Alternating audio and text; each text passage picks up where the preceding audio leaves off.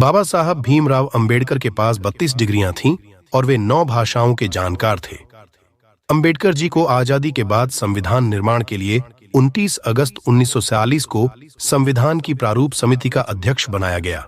फिर उनकी अध्यक्षता में 2 वर्ष 11 माह 18 दिन के बाद संविधान बनकर तैयार हुआ।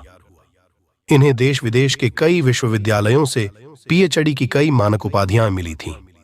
उन्हें मरणोपरांत भारत रत्न और भारत सर्वोच्च नागरिक सम्मान से सम्मानित किया गया।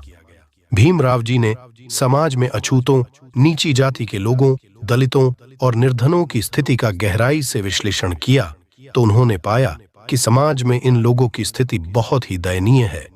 इसी उद्देश्य से उन्होंने संविधान का निर्माण किया, जिससे समाज में निम्न श्रेणी के लोगों के प्रति छुआछूत की भावना और जातिगत भेदभाव को जड़ से खत्म किया जा सके और एक ऐसे समाज का निर्माण किया जा सके जिससे कोई भी किसी से भेदभाव न करे और सभी को समानता से जीने का अधिकार प्राप्त हो सके।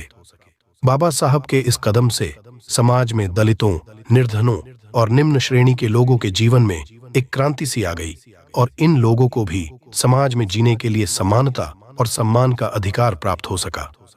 भीमराव अंबेडकर जी को 29 अगस्त 1947 को संविधान के मसौदा समिति के अध्यक्ष के रूप में नियुक्त किया गया।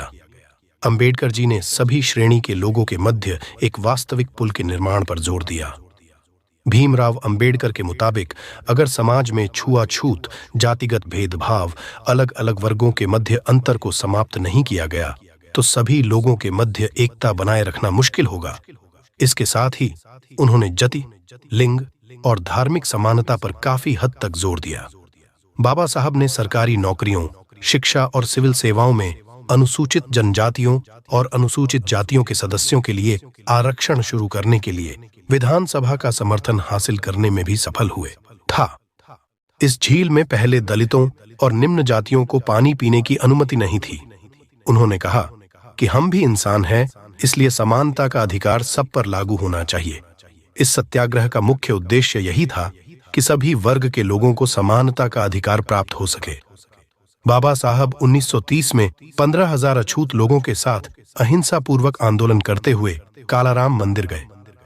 बाबा साहब को दुनिया के सबसे बड़े लोकतंत्र के संविधान को तैयार करने में 2 साल और 11 महीने का समय लगा। उन्हें भारतीय संविधान का जनक भी कहा जाता है। भारत में बहुउद्देशीय नदी घाटी परियोजनाओं के जनक माने जाने वाले बाबा साहब भीमराव अंबेडकर ने दामोदर घाटी परियोजना, सोन नदी घाटी परियोजना, हीराकुंड बांध परियोजना और भांखड़ा नांगल बांध परियोजना की शुरुआत की। उन्होंने राज्य स्तर और केंद्र स्तर दोनों में खिंचाई परियोजनाओं के विकास की सुविधा के लिए केंद्रीय जल आयोग का भी गठन किया। संविधान निर्माण के अलावा उन्होंने भारत के वित्त आयोग की स्थापना में भी सहायता की। उन्होंने अपनी नीतियों के माध्यम से देश की सामाजिक, आर्थिक और धार्मिक स्थिति में परिवर्तन किया। इसके साथ ही उन्होंने स्थिर अर्थव्यवस्था के साथ मुक्त अर्थव्यवस्था पर भी जोर दिया। वे लगातार महिलाओं की स्थिति में भी सुधार लाने की कोशिश में लगे रहे। बाबा साहब भीमराव अंबेडकर ने सन 1951 में महिला सशक्तिकरण हिंदू संहिता विधेयक पारित करवाने की भी कोशिश में की और इसके पारित नहीं होने पर उन्होंने स्वतंत्र भारत के प्रथम कानून मंत्री के पद को त्याग दिया।